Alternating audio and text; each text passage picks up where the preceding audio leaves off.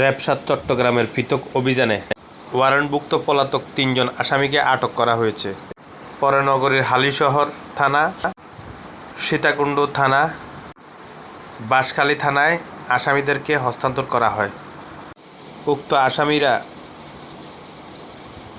ওয়ারেন্টভুক্ত পলাতক আসামি জানা গিয়েছে। আসামিরা গ্রেপ্তার এড়াতে দীর্ঘদিন বিভিন্ন এলাকায় আত্মগোপনে ছিলেন।